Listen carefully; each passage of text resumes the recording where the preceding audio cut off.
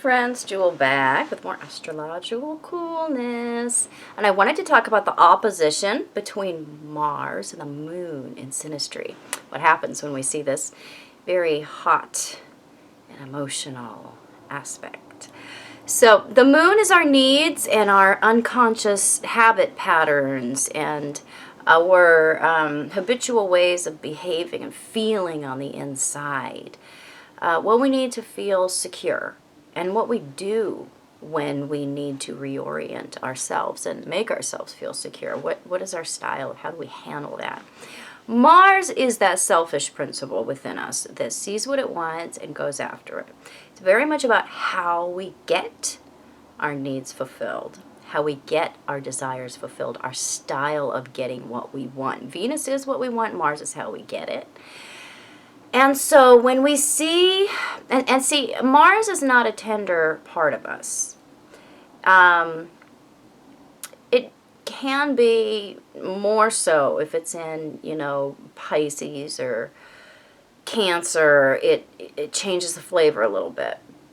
Generally, Mars is that force within us, those characteristics that are more about us and about fulfilling our own wants. And so when these two meet in an opposition, this is a very overwhelming aspect for both people.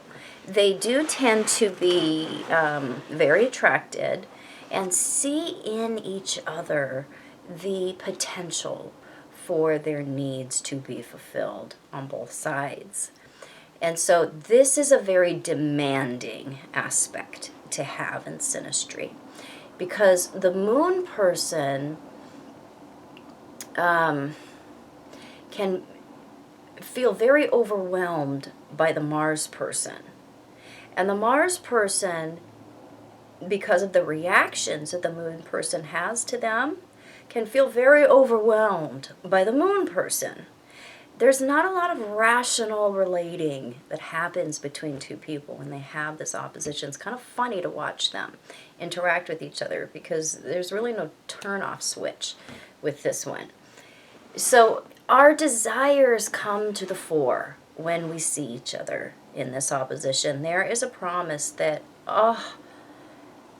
he, maybe the Mars person is the he is going to be able to take the action to make me feel like I'm seen, to make me feel like I'm fulfilled, to make me feel like I am, being taken care of in a way that is fulfilling to my needs. And the Mars person is also looking at the Moon person and thinking, how they are, their habits, how they go about their feelings, that's going to, be in real line with what I'm looking for when it comes to how I'm going to go about fulfilling my desires. They're going to fulfill my desires for me.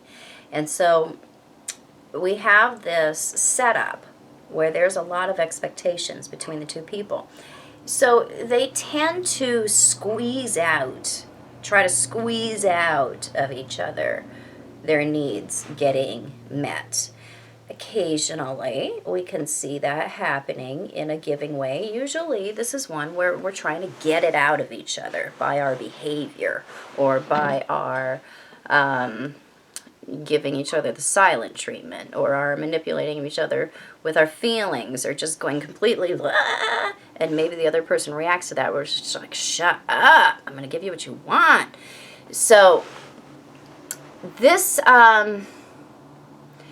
is one where we don't ever really feel like we get a rest from the amount of interaction that we have with each other, because there's this really kind of hysterical quality that comes up between two people with this one. So, the Moon person is in direct contact with the Mars person, where they are their most subjective and most sensitive. The Moon is not an objective part of us. The Moon is always going to be a very personal thing. And so it's seeing the Mars person across the table has a very good view of what that Mars person is all about. And Mars is not like the moon in that it is not a sensitive planet. It is not a planet that's about caring or that's about nurturing or about going out of our comfort zone to help another. Mars is very much about seeing something and going after it in a straight line. So, you know, the movement of the moon is this: the ups and the down, the ebbs and the flows, the dark and then the bright. Moon is straight as an arrow. It sees what it wants and it goes towards it. So the moon has Mars. Yeah, Mars is the one that goes towards things, straight as an arrow. So the moon has this wavy pattern, right? This is its style. Mars has this style. So oftentimes the moon feels speared emotionally by the Mars person because they're interacting with the Mars person where they are Mars. That part of you that's obnoxious, that's the part that is in contact with this other part of this person that is so subjective and sensitive. So the moon person can feel very torn up by the Mars person, and like they are in a war zone, and the Mars person can feel very much like the moon person is high maintenance and they just can't be fulfilled and nothing makes them happy. And Mars is really on their end trying to get their selfish desires catered to by the moon person. And because they want fulfillment, they're both trying to get fulfillment out of each other in whatever means possible. Usually that means some amount of emotional confrontation. And so the Mars person can fall into this way of being where they can come, depending on how other things are in the charts and what signs we're talking about. The Mars person can come across to the moon person as having this way of being that is very scary, that is very intimidating. And the moon person can shut down as a result of that and go on to automatic moon pilot, which means we don't have intimacy. So this is actually an opposition that works really well. You would think that from my description that it's hell on earth, but this is actually one that works really well when we understand it and we get conscious about it. This is a beautiful aspect to have when we can be mature about it, because what it does is it puts two people in a position where their needs, their desires are complementary. Yes. They may be different, and our timing may be different, but what we want is actually complementary. If we can get to a place where I'm fulfilling your need, and then you're reciprocating and then fulfilling my need, and I'm fulfilling your need, and then that makes you feel good, and that brings your trust level up, and then you're fulfilling my need. There is a natural fulfillment that can come with this opposition if we are not on the negativity spiral. If we get into that, where we're taking because we're trying to get our needs met, and we're taking from each other, then we end up as one of those couples that fights with each other in the 50s, and that's their identity as a couple, is this emotional ball of drivel. So that is not fulfilling. This can turn into a love-hate relationship, and there's always going to be some elements of that. You're always going to be the Costanzas on some level. But there is a way that this brings two people to a place of total intimacy if they can start giving instead of taking. And a lot of times that's going to start with the Mars person. Sorry, Mars person, I know you don't want to hear that because you're used to this dynamic. And if they're not fulfilling your needs, then, you know, you're going to pull back, or you're going to be this, or you're going to be that, or you're going to be demanding, and then accuse them of being demanding. When you're both being demanding, it's a freaking opposition. That's the nature of an opposition. You're learning from each other by mirroring each other. So the Mars person a lot of times has to come to a place where they are willing to give, and they are willing to go the extra mile, and the Moon person then feels fulfilled. They feel happy. A lot of times, if we've been together for a number of years and we're used to this dynamic, they feel shocked, but they feel good. They feel like they've been nurtured, nourished. They feel seen by the Mars person. You got to see that Moon person's needs. And because Mars is a very conscious planet, the Moon is not.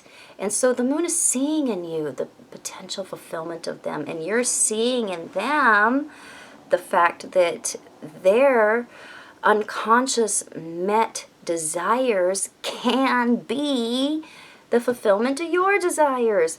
Hello.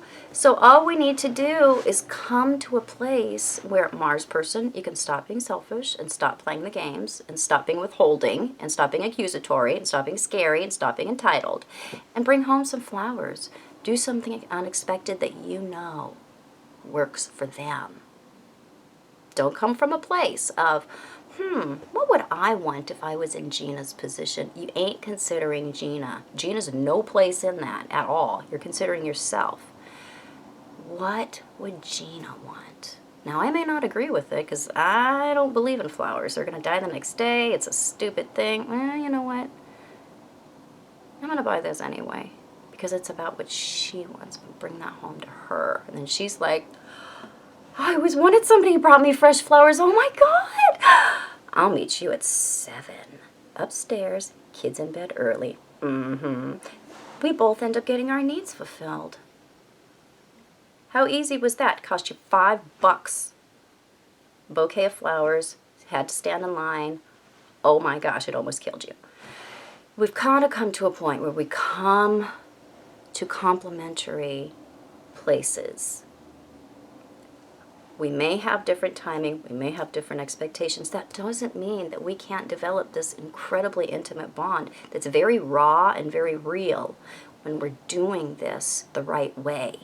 When we are on the upward spiral of building each other by fulfilling each other's needs instead of withholding because they're not fulfilling my needs, then we get into that place of trust. The Moon person builds trust in the Mars person. The Mars person naturally has this ability a lot of times to trust the Moon person because they're hooked into them where they're their most vulnerable. So it's one that can put two people in a place where they are achieving ultimate fulfillment from each other instead of this, kind of snippy, snappy, you didn't do this for me, so I'm not going to do this for you. Then you hear things like, oh my gosh, he took me here, and he did this and this and this, and I didn't expect that, and it was incredible. And they're talking you up, Mars person. And that makes you feel good, and that makes you realize that, hey, you're really important. You're integral in this person's way of responding to the world, the way of feeling that they're being fed by the world. And it can put two people in a position where their emotional connection becomes very deep. If we're not doing it right, it detracts from that, and we're never going to build the kind of emotional trust that we're looking for, because this one does build that emotional trust if we're doing it right. So I hope this was helpful. Please subscribe to my channel if you liked this video. I'll be back super soon with more super cool videos. You can find me on the internet at truthandaspectastrology.com. You can find me on Facebook at Truth and Aspect Astrology, Instagram too. I always forget about Instagram. I'm trying to remember to do the Instagram. And yes, I do private consultation, and I'll be back super soon. Bye.